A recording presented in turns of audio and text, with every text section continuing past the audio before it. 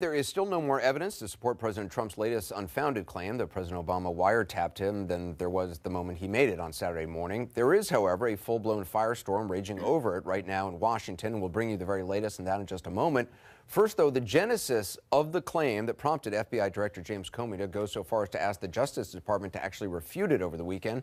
Just think about that for a moment. The nation's top lawman asking, in essence, for a public denunciation of the sitting president of the United States. That's where we are tonight. Let's just take a moment, though, to look at how we got here. Saturday morning, the president is at Mar-a-Lago, according to the Washington Post, still steaming over his White House staff and Attorney General Jeff Sessions recusing himself from any investigation involving Russia and the Justice Department. So at 6:35 a.m., he tweets, quote, "Terrible. Just found out that President Obama had my wires tapped in Trump Tower just before the victory. Nothing found. This is McCarthyism." Then at 6:52, I bet a good lawyer can make a great case out of the fact that President Obama was tapping my phones in October just prior to the election. And then just after 7 a.m., how low has President Obama gone to tap my phones during the very sacred election process? This is Nixon Watergate, bad or sick guy. Finally, after accusing the 44th president of the United States of perhaps the worst crime since Watergate, President Trump tweets again, this time attacking Arnold Schwarzenegger and once again mentioning the ratings of the TV show The Apprentice. Anyway, later on Saturday, the White House, apparently caught by surprise by the president's tweets, demands a congressional investigation of the threat to the Republic thing, not the ratings of The Apprentice. That's public knowledge. Now, you might imagine for the president to accuse the former president of illegal behavior, he must have had some serious evidence to back up those charges. In fact, as president, he could have called up the Department of Justice and found out if a FISA warrant for surveillance of Trump Tower had been requested. He could also have decided to declassify, theoretically, any such request if he wanted to and make it public. There's no evidence he has done any of that. And as for any evidence the president actually had before tweeting, keeping him honest tonight, if it exists, we have certainly yet to see it. His information appears to come from conservative radio hosts and websites, and the basis for their story, as yet unverified reporting from the BBC, The Guardian, and a new British website called Heat Street on Obama administration efforts last year to get court permission to monitor 4 Trump team members suspected of irregular contact with Russia. Now, that reporting has so far not been matched by U.S. news organizations with prior good contacts in the intelligence community.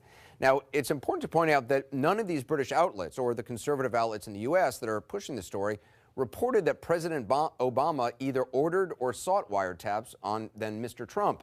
But that is what the president himself claimed Saturday morning. And the White House, that's what they've been playing catch up on ever since. Earlier today, speaking off camera, White House Press Secretary Sean Spicer said, and I'm quoting, "There has been enough reporting strongly suggesting something occurred." Now, just to be clear, that reporting mainly consists of those several British outlets and administration spokespeople talking about either those unverified reports or simply the story itself, a story they gave oxygen to. Here's another. Look, I think there have been quite a few reports. I know that Jonathan and others earlier in the program mentioned that it was all conservative media, but that's frankly not true. The New York Times, BBC have also talked about and reported on the potential of this having had happened. Oh, it's the Deputy White House spokesperson Sarah Huckabee Sanders yesterday. Keeping her honest, the Times did indeed talk about the story, but only in the context the president had said it and that it was unproven. Ms. Sanders was pressed on it again today. Is his information that President Obama tapped his phone based solely on something he read in the media? Yes or no? Look, I haven't had the chance to have the conversation directly with the president, and he's at a much higher classification than I am, so he may have access to documents that I don't know about, but I do know that we take this very seriously, and we think it should be thoroughly reviewed and investigated, and we're asking Congress to do their job. Well, former intelligence officials have come forward to deny that there was wiretapping, including the last director of national intelligence, James Clapper, who would have had knowledge of any court request that would be needed to wiretap then candidate Trump or his campaign. This is certainly not the first time, we should point out, that Mr. Trump has trafficked in unsubstantiated claims or outright falsehoods. Accusing President Obama not being born in the United States is one, saying the election was rigged, and as president making claims about the size of his inaugural crowd, not to mention the claim that 3 million or more undocumented immigrants voted illegally, thus depriving him of a popular vote victory over Hillary Clinton. On that one, he said he was going to launch an investigation into that whopper of a story, but we have not heard anything about that investigation in quite a while.